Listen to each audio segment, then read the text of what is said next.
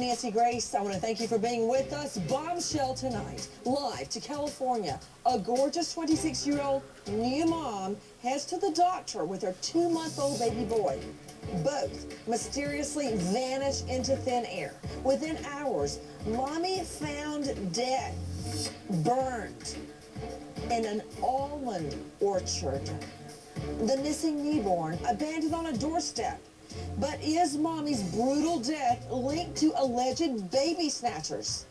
Lila Diaz DeCeja, 26-year-old found badly burned in an almond orchard. 2-month-old son. Anthony Ceja Diaz. I'm a witness. Reported missing. If anybody knows anything, shouldn't the authorities. Sheriff's deputies now say Someone from the community was actually drugged. a couple And a woman tried to sell an infant. The man is a light-skinned Hispanic. Tried to sell an infant. He's with a heavyset Hispanic woman. This bombshell right in front of our eyes. Naked baby boy Naked on this welcome mat. He says that he's very devastated. of this LeGrand home. He can only feel it in his heart. We're all working the assumption that this is the missing child. There is that chance that this is a baby from somewhere else. We are taking your calls. Is this woman's death and then the burning of her body out in an orchard, is it related to potential baby snatchers? A witness came forward to tell us that a couple was trying to sell a newborn baby boy. Stunning similarities to the missing baby. And then, were they foiled? Tonight, we want answers. The death of Lila Diaz DeCeja hangs in the balance. Take a look at this mother. There's her newborn baby. Straight out to Michael Board, reporter with WOAI News Radio, joining us out of San Antonio. Michael, the evidence looks grim that this woman's brutal murder is connected to someone trying to sell her baby. Police have very strong evidence that the two cases, these parallel investigations, are linked. This couple who phoned in this tip to police, they gave a very distinct picture of the people who approached them looking to sell a baby. They even described the baby carrier that this couple was carrying the child in. They say it was the exact same description as the baby carrier that Lila Diaz was using. What really makes this important is police never put out that information. They never told the public what that baby carrier looked like. So when this couple called in, Okay, wait. Michael, are you telling me the couple approached the witness holding the baby in the baby? Is it a carrier or a car seat? Yes. Or one of those car seats that turns into a carrier? It's a car seat that turns into a carrier. The base of this car seat was found in Lila Diaz's car. The carrier itself was taken from her truck. And when this couple approached the other couple saying, who says I want to sell you a baby? But when they did this couple was able to describe the carrier, and it matches exactly the same as the carrier that Lila Diaz had in her truck. Police say this is very important because they did not put out the information about what Lila Diaz's carrier looked like. So the fact that this couple was able to describe, yes. You know what I'm thinking? I know that this woman was going to a doctor at a pediatric clinic. Do you think these baby snatchers were watching the clinic? It very well could be. I mean, you have to think about someone who would approach another couple to say, do you want to buy a baby? These are sick and depraved people that will do anything for money. They'll stalk a clinic. They'll find a woman on the side of the road that they can con into money. They can murder a woman. These are sick people. And where were these witnesses when they were approached? Do we know? They were in a city area there in the same neighborhood where Lila Diaz lived. They're in the same exact area. It is all around the same area. There's no way that they could be able to describe the baby carrier without actually seeing it. The story matches up. It's her baby. It's her baby. It has to be. There's no way that this couldn't be a coincidence. They couldn't be able to describe that carrier because police didn't put out that information. Let's go out to Margaret Carrero, reporter KMJ 580, joining us out of Fresno. Margaret, what more can you tell me about the description of this couple trying to sell the baby? Well, I can tell you that it was a man and a woman, and the man was described as a light-complected, either Hispanic or a Caucasian man, believed to be in his early to mid-40s, about 5'7", 5'8", reported to be thin-billed, brown hair, full beard. He was last seen wearing a black beanie cap, brown pants, and a black shirt.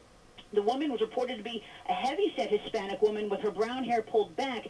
She was wearing a pink shirt and blue jeans, and yes, again, they did have the baby in that baby carrier when they approached this witness.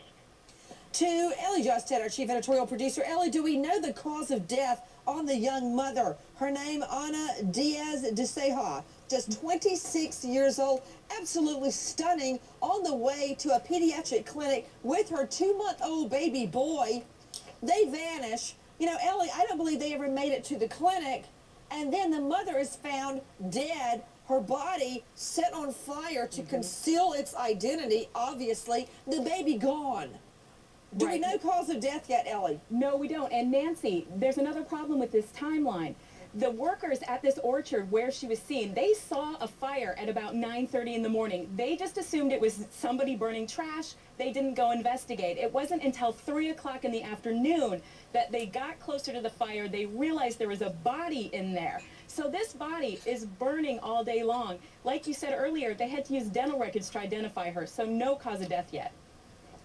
Joining us tonight, Dr. Joshua Perper, Chief Medical Examiner and author, his latest book, When Doctors Kill. Joining us out of Miami, Dr. Perper, for a woman's body, and she was a very slight female to my understanding, to burn that many hours, is there any way they're going to be able to determine cause of death?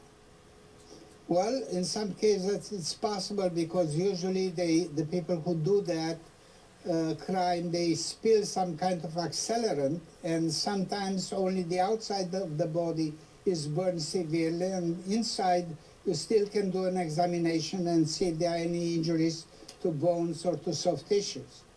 You know, I'm just trying to take this whole thing in. I remember how many times would I have both twins in one of those same carriers. It's a car seat that turns into a carrier, carrying both of them into the doctor, not really looking around me, not ever thinking that someone would come up and try to take one of the babies away from me.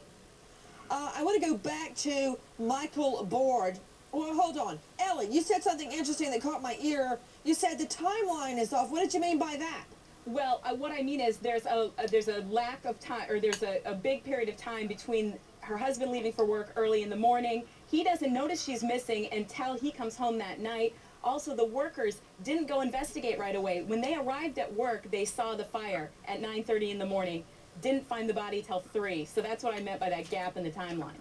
So the timeline's not off. You're just saying there's a gap in it. Right. Took a while for the body to be discovered.